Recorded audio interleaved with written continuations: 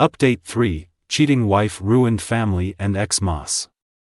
Why does she expect me to be okay with her behavior? The meeting with my lawyer and my STBXW was yesterday afternoon.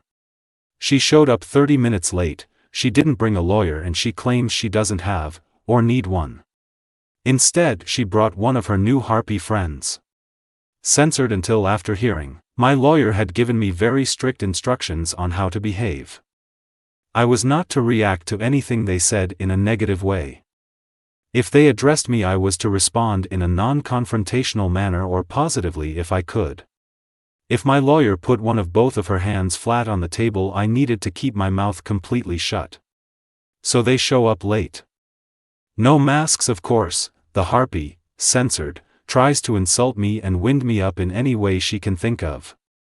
My STBXW does the same. My lawyer is trying to get the discussion going on the subject at hand, our divorce. But they are just joking around. They laughed at their own insults towards me a lot. It was real cringe to watch. It's clear now, my wife still believes this is all a ruse. That there is no way I can divorce her. In her mind, only she can divorce me, and only if she wants to. If she does, she will get everything. I just sat there thinking, what the F is going on?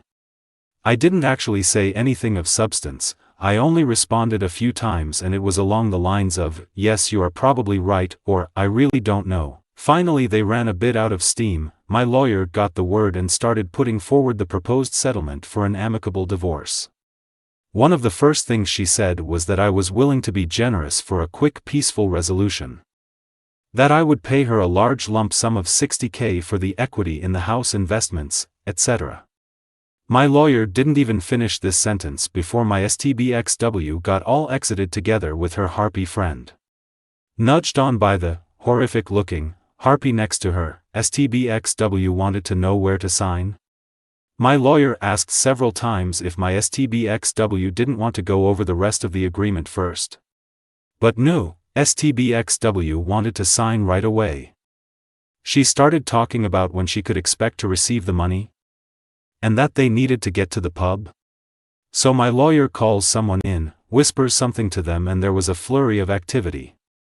An older woman asked for our identity documents and we are asked to sign to copies.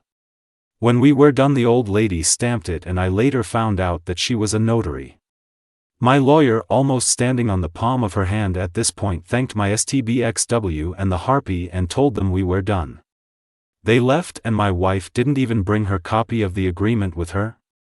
When we could see them crossing the parking lot, my lawyer looked at me and said congratulations. Then she spoke at length about how this was the strangest session she ever had for a negotiated divorce. She told me she would send my STBXW's copy to her after we do a hearing in front of the judge, or if she gets a lawyer that asks for it. Until then it's forgotten in my lawyer's drawer. So it looks like, on the surface, I will get through this divorce a lot easier than I first thought. STBXW can still hire legal representation and dispute this.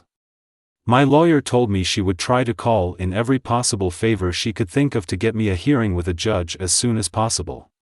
It will probably be a video call.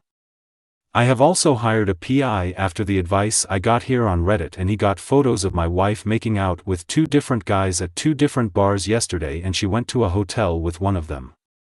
My wife signed to give me full custody, only a one-time payment.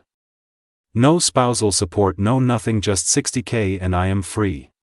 Now I just got to find the money, I got a plan. And Bob offered to front me the entire amount if need be. I still don't feel like this is real. I fully expect her to pull, "Here is my aggressive lawyer and I am accusing you of molesting the kids and domestic abuse," out of her hat. Lawyer told me to keep a very low profile, pay for everything I normally pay for, and don't rock the boat in any way at all. The advice is, don't talk to anyone we both know. Just sit still and wait. Don't respond to anything, basically zero initiative until the hearing. So now all I need to do is to be patient and hope for the best.